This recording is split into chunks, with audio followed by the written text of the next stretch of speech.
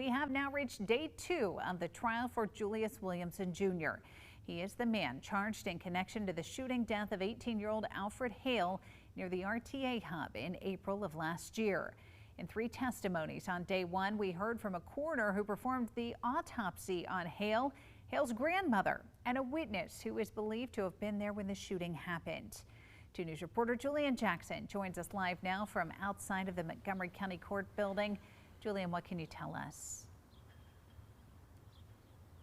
Hey, Lauren, so we did tell everyone last hour that the prosecution had rested their case, and in the last 15 minutes or so, we just learned that the defense has also wrapped up their defense case. So what we're looking at now is everyone who we've heard from today and possibly no court tomorrow. We'll get to that in just a moment. So today we heard from several people who gave sworn testimonies.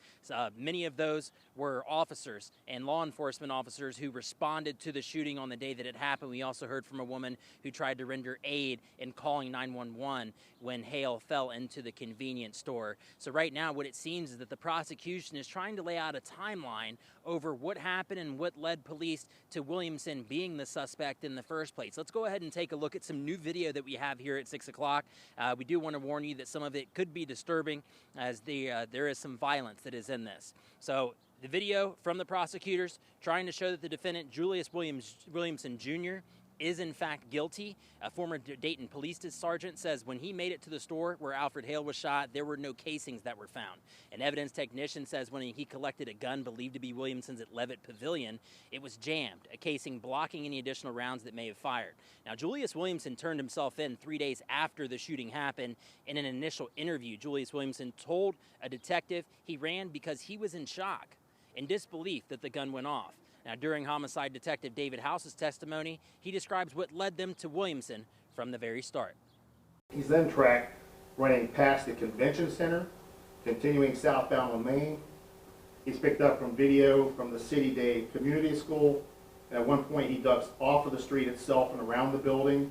He then comes back out and eventually ends up at the McDonald's store located at 410 South Main Street in the city of Dayton. Now, we are told because Judge Dankoff does have a full schedule tomorrow morning with other court appearances, that they are going to push this trial back to 8:30 on Thursday morning. So we are working to learn what exactly that will entail. We know there's going to be some jury instruction and letting them know what they can expect.